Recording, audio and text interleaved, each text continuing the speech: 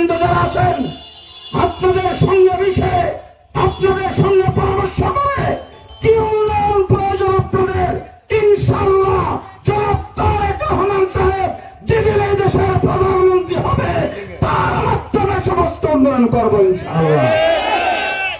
আমার একটা কথা বারবার মনে পড়তেছে আজকে, আমার আব্দুল সত্তার ভাই রহমতুল্লাহি আলাইহি, মরহুম আব্দুল সত্তার ভাই, তিনি তো ইন্তেকাল করেছেন। তার ইন্তেকালটা আসলে খুব ভালো হয় না। যদি তিনি বিএনপিতে তাই ইন্তেকাল করতেন, আমার মনে হয় সরাইলে অচল হয়ে যেত তার জানাজা।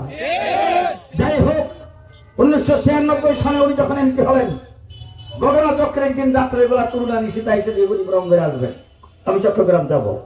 একসাথে বসছি, বসার পর ওনাকে জিজ্ঞেস করলাম, আব্দুল সত্তার ভাই, আপনার এলাকা হলো আমাদের অষ্টগ্রাম সহ, মজলিশপুর সহ, বুদল সহ, কিন্তু এখানে রাস্তাঘাট সব ভাঙ্গাচোরা, আপনি কোনো উন্নয়ন করছেন না। তিনি তখন লম্বা একটা শ্বাস ছেড়ে বলছিলেন, আমি বিরোধী দলের এমপি,